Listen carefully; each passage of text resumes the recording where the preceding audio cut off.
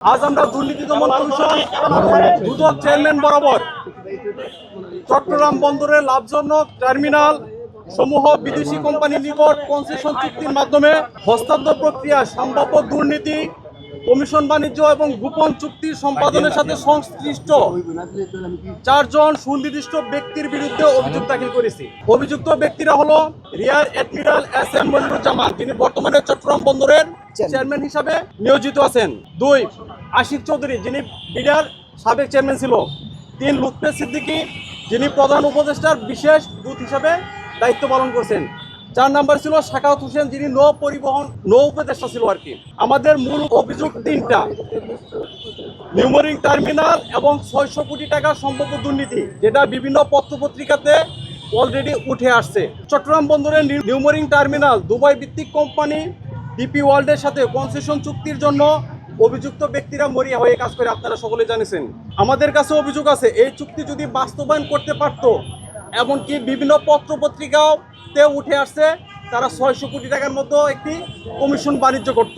তৎকালীন বিএনপির ভারপ্রাপ্ত চেয়ারম্যান বর্তমান মাননীয় প্রধানমন্ত্রী জনাব তারেক রহমান এবং অন্যান্য রাজনৈতিক ব্যক্তিবর্গ, অর্থনৈতিক বিশ্লেষক এবং আন্তর্জাতিক সম্পর্ক বিশ্লেষকরা এটা নিয়ে ব্যাপক প্রতিবাদ জানায় এবং সেনাবাহিনীর সেনাপ্রধান জেনারেল ওয়াকারুজ্জামান বিদেশি কোম্পানির কাছে চট্টগ্রাম বন্দর দেওয়ার বিপক্ষে প্রধান উপদেষ্টার কাছে প্রতিবাদ জানায় এবং ঢাকা বিশ্ববিদ্যালয়ের শিক্ষার্থীদের সংগঠন স্টুডেন্ট ফর সভারেন্টি এবং চট্টগ্রাম বন্দরের শ্রমিকদের সংগঠন, বিভিন্ন সংগঠন রাজপথে আন্দোলন করে চট্টগ্রাম বন্দর বিদেশিদের দেওয়ার বিপক্ষে, যার ফলশ্রুতিতে চট্টগ্রাম বন্দরে নিউমোরিং টার্মিনাল আপাতত স্থগিত আছে। তবে আমরা অভিযোগ পাচ্ছি এটা নিয়ে গোপনে আবার তারা তদবির বাণিজ্য করতেছে।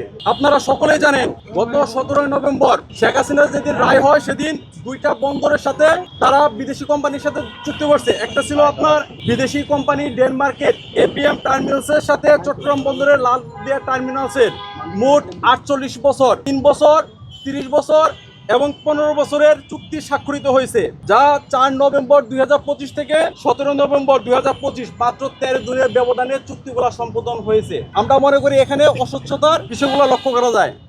এবং একই দিনে আরো একটি টার্মিনাল, পানগাঁও টার্মিনাল, সুইজারল্যান্ড ভিত্তিক কোম্পানি মেডলক এস এর সাথে 22 বছরের কনসেশন চুক্তি হয়েছে।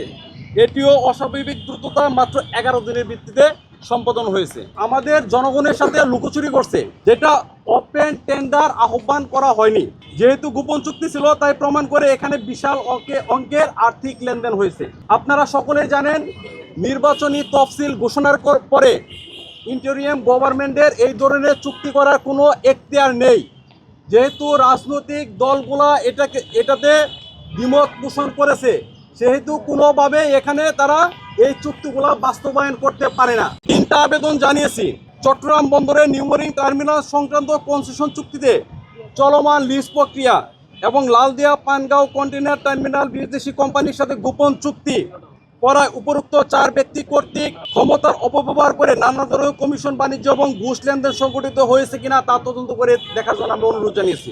তদন্তের স্বার্থে সংশ্লিষ্ট ব্যক্তিবর্গ এবং তাদের পরিবারের দেশি বিদেশি ব্যাংক অ্যাকাউন্ট আর্থিক লেনদেনের বিরুদ্ধে প্রাথমিক তদন্ত শুরু করার জন্য আমরা দুদক বরাবর আহ্বান জানিয়েছি। তদন্ত চলাকালীন সময়ে প্রমাণ নষ্ট বা বিদেশে পলায়নের সংখ্যা এড়ানোর জন্য পর্যাপ্ত সংশ্লিষ্টদের দেশ থেকে নিষেধাজ্ঞা আরোপের ব্যবস্থা গ্রহণের জন্য আমরা আবেদন জানিয়েছি।